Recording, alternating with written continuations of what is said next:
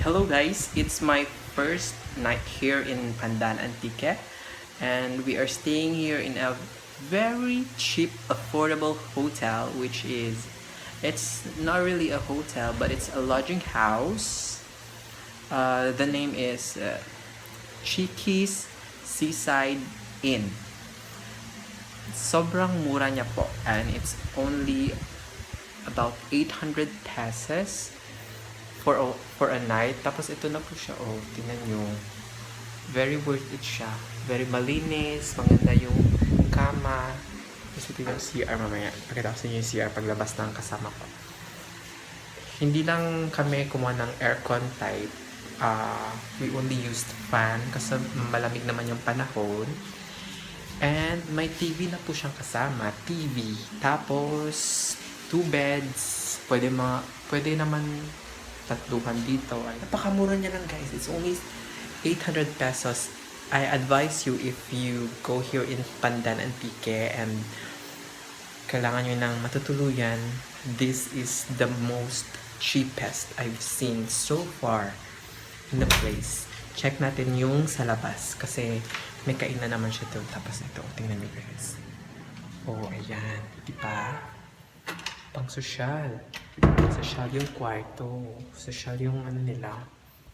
Depende naman sa sa laki siguro ng room. Kung anong kukunin nyo. Kasi yung sa amin medyo maliit lang kasi dalawa lang naman kami. Other resorts is almost 2,000, 1,500. Tapos ito, makakuha ka lang ng 800. So, makakatipid ka talaga kung gusto mo ng tipid. Ito yung staircase. Nasa second floor siya kasi yung staircase. Pababa dun sa main lobby.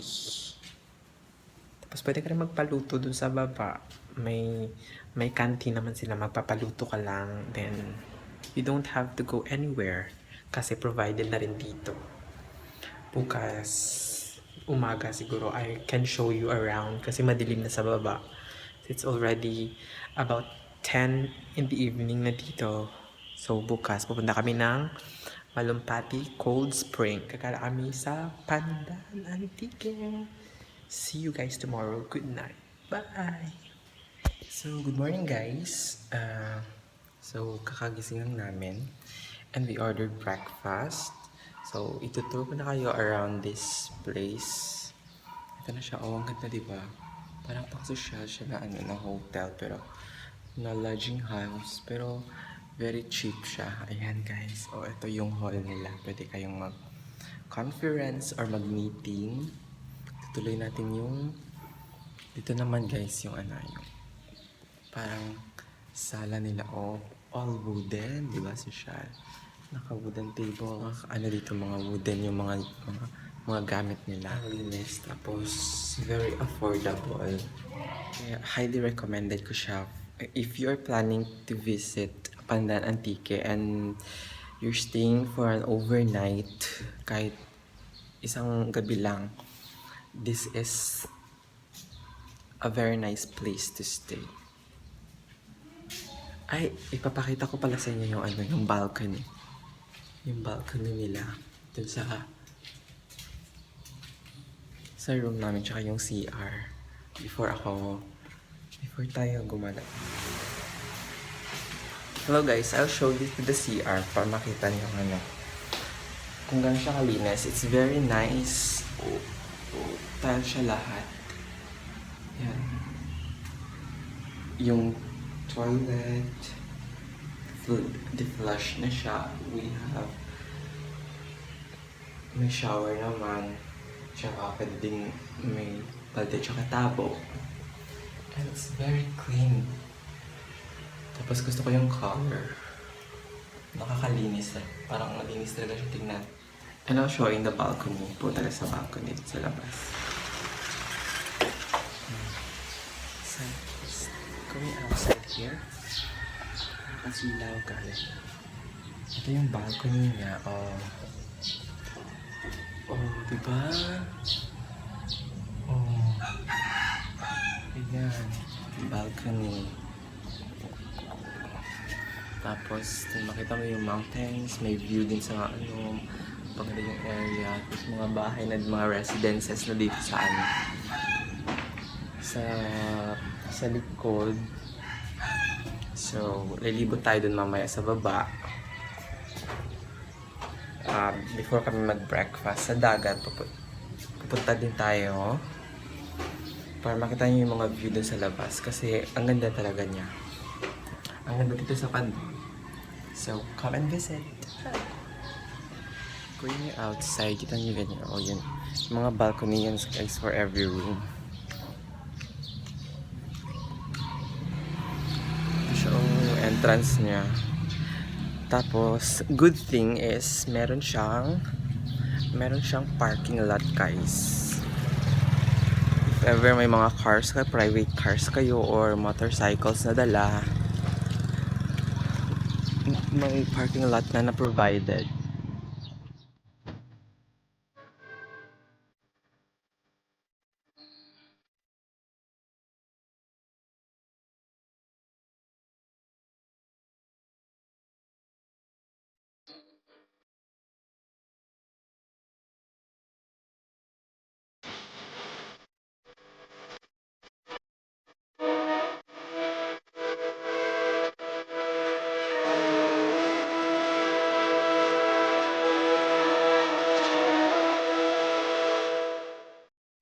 It's a new lobby.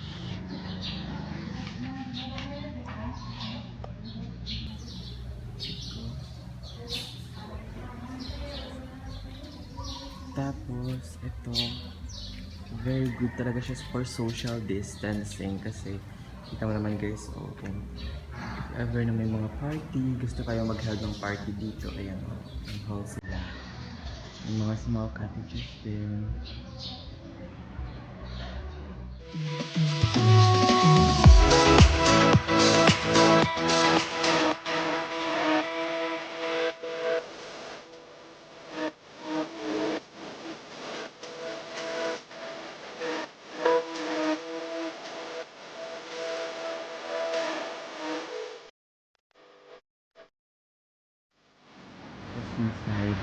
Seaside area.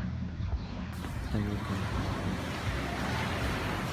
Ayan, parang pinoprotection nila siguro sa masyadong init.